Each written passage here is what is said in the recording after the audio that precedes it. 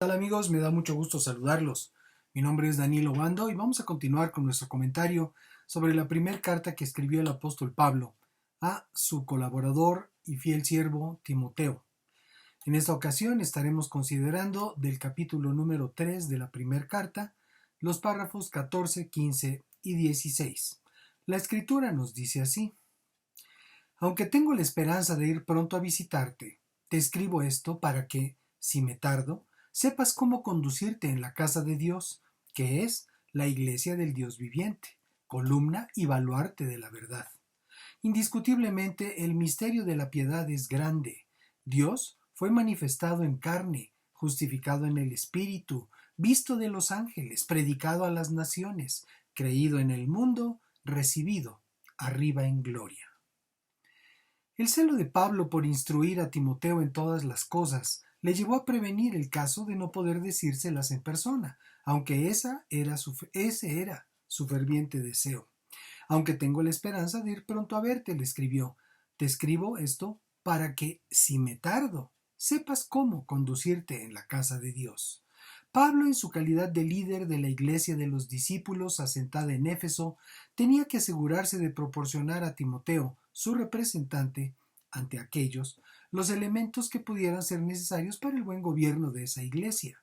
Todo líder responsable de cualquier grupo de creyentes, sea pequeño o grande, debería ser instruido antes de recibir una responsabilidad dentro del cuerpo de Cristo. Pablo lo sabía, y por ello su previsión para con Timoteo y los efesios. Que la iglesia del Dios viviente. Pablo llama al grupo de creyentes en Cristo casa de Dios, y es porque Dios habita en medio de la alabanza de su pueblo. Dios mora entre su gente. Es algo que podemos confirmar en el libro del Éxodo capítulo 29, verso 46.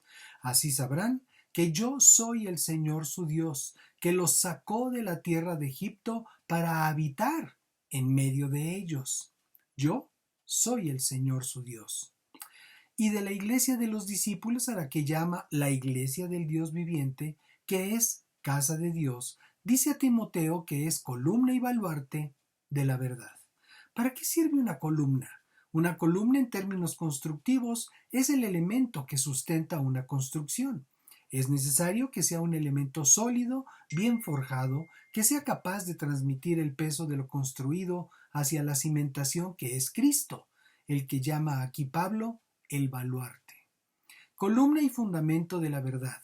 No que la verdad esté basada en la Iglesia, sino que la Iglesia es la encargada de dar a conocer la verdad y por ello requiere estar sólidamente edificada. Indiscutiblemente el misterio de la piedad es grande. Dios fue manifestado en carne. Así lo declara Juan en su versión del Evangelio en el capítulo 1, verso 14. Y la palabra se hizo carne y habitó entre nosotros y vimos su gloria, la gloria que corresponde al unigénito del Padre, llena de gracia y de verdad. Justificado en el Espíritu. El propio Espíritu de Dios le justificó delante de los hombres. En la versión del Evangelio escrita por Mateo en el capítulo 3, versos 16 y 17, quedó asentado. Después de ser bautizado, Jesús salió del agua. Entonces los cielos se abrieron y él vio al Espíritu de Dios que descendía como paloma y se posaba sobre él. Desde los cielos se oyó entonces una voz que decía: Este es mi Hijo amado, en quien me complazco.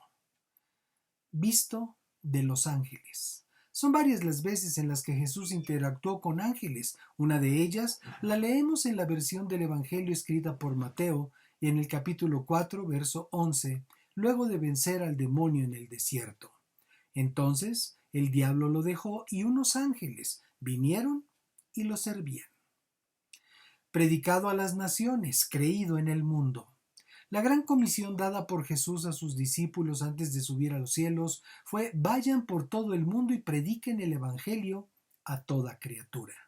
Pablo recibió la encomienda de ir a las naciones y lo hizo en muy buena medida, resultado de lo cual somos todos nosotros. Recibido arriba en gloria. Luego de su resurrección de entre los muertos y de dejar sus instrucciones a los discípulos, delante de sus ojos ascendió triunfante a los cielos, llevando en su cuerpo el testimonio de su sufrimiento en la cruz y la victoria sobre el pecado y la muerte.